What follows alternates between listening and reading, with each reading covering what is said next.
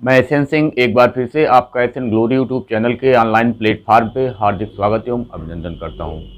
आइए आज से शुरुआत करते हैं UP TET, CTET, super TET में किस प्रकार के मैथमेटिक्स पूछे जाते हैं, गणित के प्रश्नों की प्रकृति क्या होती है, हमको क्या क्या पढ़ना है उसमें और किस स्तर के प्रश्न आते हैं, इस पे चर्चा हम करेंगे।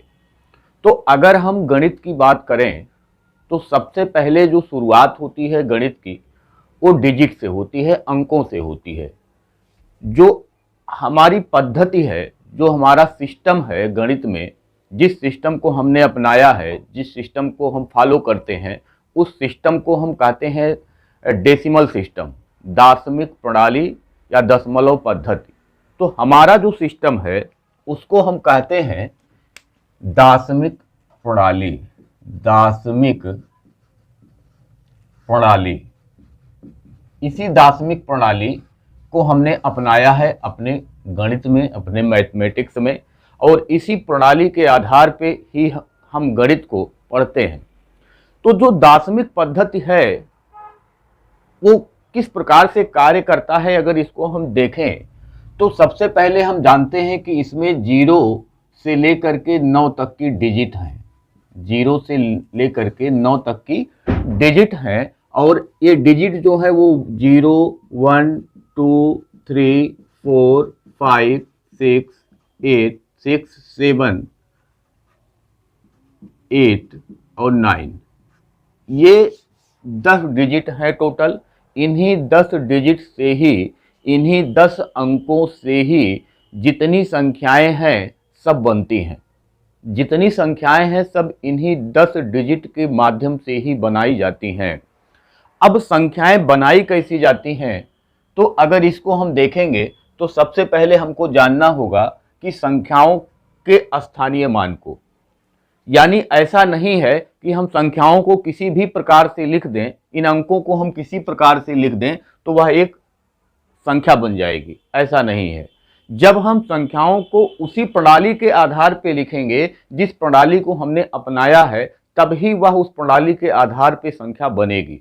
ऐसा नहीं है कि ऊपर 1 नीचे 2 लिख करके हम कहेंगे ये 12 है, नहीं। जब तक हम उस सिस्टम में कि एक के पीछे एक, एक के पीछे एक संख्या इस प्रकार से नहीं लिखते हैं, तब तक वह संख्या नहीं बनती है। ऐसा नहीं है कि हम कह दें कि 1 और 2 पढ़िए, तो इसको हम 12 नहीं पढ़ेंगे, या हमने कहा कि इसको लिख दीजिए कि 1 और 2, अब ये 12 बना। ये सिस्टम हमारा है कि सिस्टम जब ये चलता है तो दाहिनी तरफ से बाईं तरफ चलता है, यानी संख्याओं को हम दाहिनी तरफ से बाईं तरफ ही पढ़ते जाते हैं, दाहिनी तरफ से बाईं तरफ ही लिखते जाते हैं। तो इस प्रकार से अगर हम कहेंगे तो जो हमारी सिस्टम है, दार्शनिक प्रणाली जो है, उसमें संख्याओं को एक के बाद एक आगे पीछे करके हम लिखते जाते हैं और वह एक संख्या बन जाती है। लेकिन यदि हमको जानना हो कि संख्याओं के प्रकार कौन कौन से हैं, संख्याओं के प्रकार कौन कौन से हैं, तो संख्याओं के प्रकार में सबसे पहले जो प्रकार आता है उसको हम कहते हैं प्राकृतिक संख्या। प्राकृतिक संख्या। अब प्राकृतिक संख्या है क्या, तो हम कहेंगे कि प्रकृति द्वारा जो हमको संख्याएं प्रदान की गई हैं उसको हम प्राकृतिक संख्याएं कहते हैं। जैसे अगर आपने देखा होगा तो आपके सामने प्रश्न आया होगा, आपने गणित पढ़ा होगा तो बहुत बार प्रश्न आया होगा कि शून्य की खोज किसने किया। तो शून्य की खोज किसने किया ये प्रश्न आया, लेकिन ये प्रश्न कभी नहीं आया होगा कि 1 की खोज किसने की, 2 की खोज किसने की, 3 की खोज किसने की, 4 की खोज किसने की। ये प्रश्न आपके सामने कभी नहीं आया होगा। अब अगर ये प्रश्न नहीं आया तो वो संख्या आया कहाँ से, तो कहा जाता है कि प्रकृति ने जो हमको संख्याएं प्रदान की हैं उन्हीं संख्याओं को हम प्राकृतिक संख्या कहते हैं। या अथवा फिर कहते हैं हम कि जिन संख्याओं से हम वस्तुओं की गणना करते हैं उसे प्राकृतिक संख्या कहते हैं। तो यहाँ फिर से कहेंगे कि जिन संख्याओं से, जिन संख्याओं से वस्तुओं की गणना करते हैं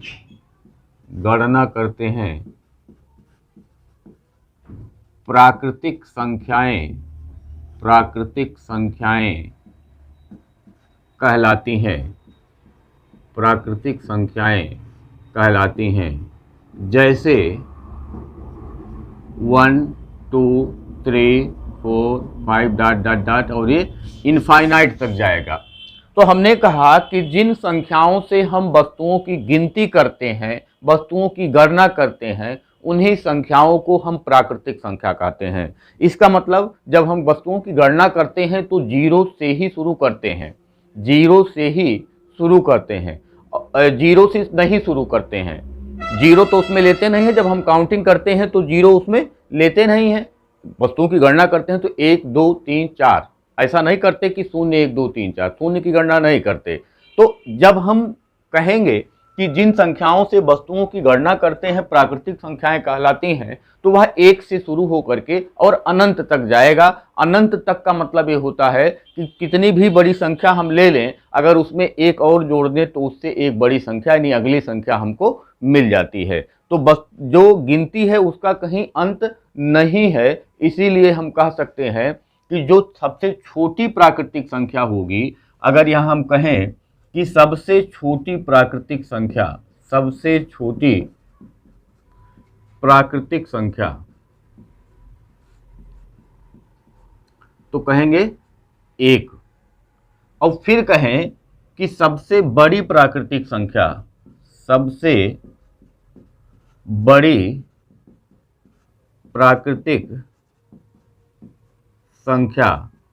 तो हम कहेंगे इनफाइनाइट। तो सबसे छोटी प्राकृतिक संख्या 1, सबसे बड़ी प्राकृतिक संख्या इनफाइनाइट। अब अगर हम इसी प्राकृतिक संख्याओं की ही बात करें, प्राकृतिक संख्या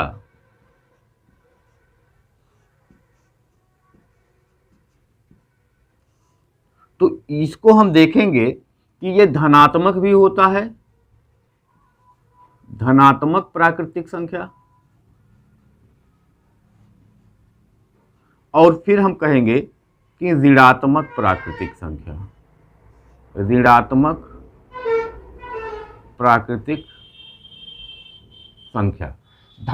प्राकृतिक संख्या का मतलब +1 +2 +3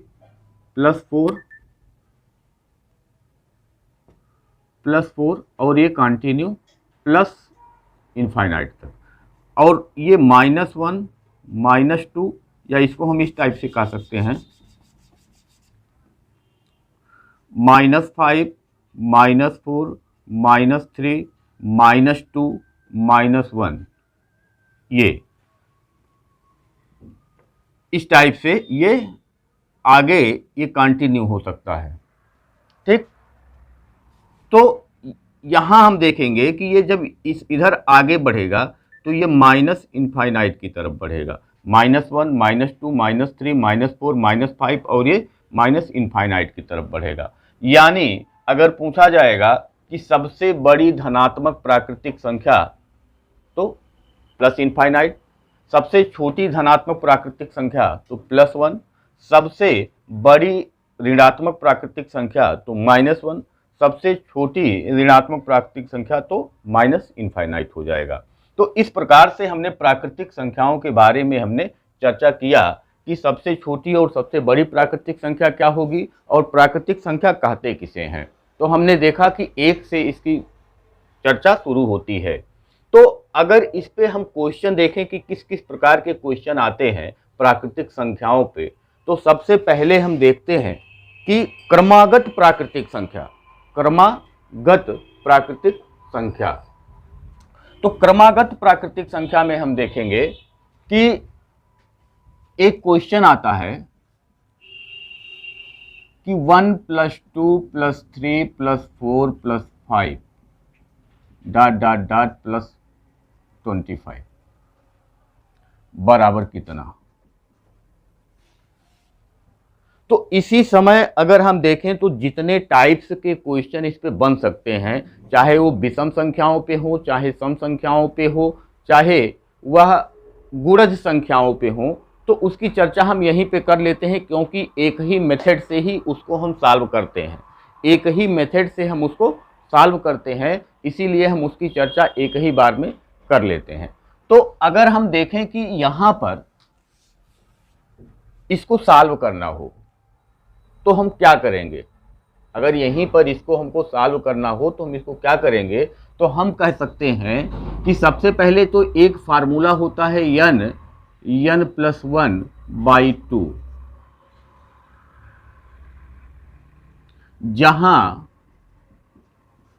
n बराबर पदों की संख्या, जहां n बराबर पदों की संख्या।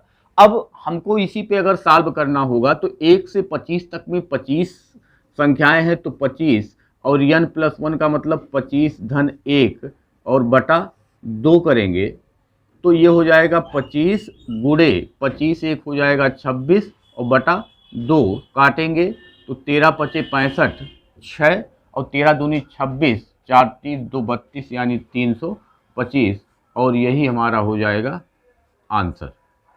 लेकिन अगर n प्लस 1/2 आपको भूल गया तो आपका ये क्वेश्चन सॉल्व नहीं हो पाएगा। अगर n प्लस 1/2 आपको भूल गया तो क्वेश्चन सॉल्व नहीं हो पाएगा। तो उसके लिए आप क्या करेंगे कि जब कोई भी सीरीज दी गई हो, जब कोई भी सीरीज दी गई हो इस टाइप से, तो हम जानते हैं कि अगर हमको यहाँ सबसे पहले पदों की संख्या निकालनी है, पदों की संख्या, पदों की संख्या अगर निकालनी है तो हम अंतिम संख्या में से पहली संख्या को माइनस कर देते हैं और बटा सर्वांतर यानी सबके बीच में जो अंतर होगा उसको रखते हैं और एक को जोड़ देते हैं। अब ऐसे तो हमको पता है कि 1 से 25 तक में 25 पद है, 25 संख्याएं हैं, लेकिन अगर हमको निकालना भी हो, बीच से कहीं से उठा के पूछ ले, प्राकृतिक संख्याओं की जो सीरीज बनावे, क्रमागत जो संख्या बनावे वो 20 से 67 plus 68 plus 69 dot dot dot plus 97। अब क्या करेंगे, कितने पद हैं, तो वहां आपको निकालना होगा। तो जब वहां निकालना होगा तो आप किस प्रकार से उसको निकालेंगे उसकी ही चर्चा हम यहाँ कर रहे हैं। यहाँ तो पता ही है कि 1 से 25 तक में 25 संख्याएं हैं, लेकिन जब 20 से उठाएगा सीरीज तो वहां आपको कंफ्यूजन होगा। उसी कंफ्यूजन को दूर करने के लिए ही आपको ये बताया जा रहा है। अंतिम संख्या जो होगी वह 25 है, पहली संख्या 1 है और सबके बीच में जो अंतर होता है वही सर्वांतर। 2 में से 1 घटाया 1, 3 में से 2 घटाया 1, 4 में से 3 घटाया 1, 5 में से 4 घटाया 1, 25 में से 24 घटाया 1, यानी जो सर्वांतर है यहाँ वह 1 है। और प्लस इसी में 1 कर देंगे तो ये हो गया 25 में से 1 गया 24 बटा 1 और धन 1, तो ये बराबर 24 में 1 जोड़ेंगे तो पदों की संख्या जो आ गई, पदों की संख्या आ गई 25। अब हमको यहाँ करना है योग बराबर, यानी 1 से 25 तक की प्राकृतिक संख्याओं को अगर जोड़े तो योग क्या होगा, तो योग बराबर होता है अंतिम संख्या धन पहली संख्या बटा 2 और गुणे n, यानी यही पदों की संख्या जो आई है ये n है, ये n है। अब अंतिम संख्या 25 है, पहली संख्या 1 है, बटा 2 है और गुणे 25 है, तो 25 एक 26 हो गया, 26 बटा 2 और गुणे 25, 25 13 से काटेंगे, ये 13 गुणे 25, यहाँ भी देखिए 13 गुणे 25 आया था, यानी ये मान हो जाएगा 25 3 75 और 25 1 25 7 32 13 325 और यही हमारा आंसर हो गया। तो इस प्रकार से अगर हमको नहीं याद है ये फार्मूला, तो ये फार्मूला अगर आप याद करते हैं तो इस फार्मूले पे आपको जहां सर्वांतर बराबर हो, यानी अंतर जहां बराबर मिलेगा, वहां सब जगह ये आप लागू कर सकते हैं। जहां आपको अंतर बराबर मिले वहां आप इसको लागू कर सकते हैं। तो आप इसको नोट करिए, ये फार्मूला बहुत ही इंपॉर्टेंट है, क्योंकि जब आप किताबों में जाएंगे तो वहां आपको मिलेगा कि विषम संख्या, क्रमागत विषम संख्याओं का योगफल के लिए अलग फार्मूला मिलेगा, क्रमागत सम संख्याओं के योग के लिए अलग फार्मूला मिलेगा, क्रमागत गुणज संख्याओं के लिए अलग फार्मूला मिलेगा, क्रमागत प्राकृतिक संख्याओं के लिए अलग फार्मूला मिलेगा। तो इस प्रकार से आप देखेंगे कि अलग अलग फार्मूला मिलेगा।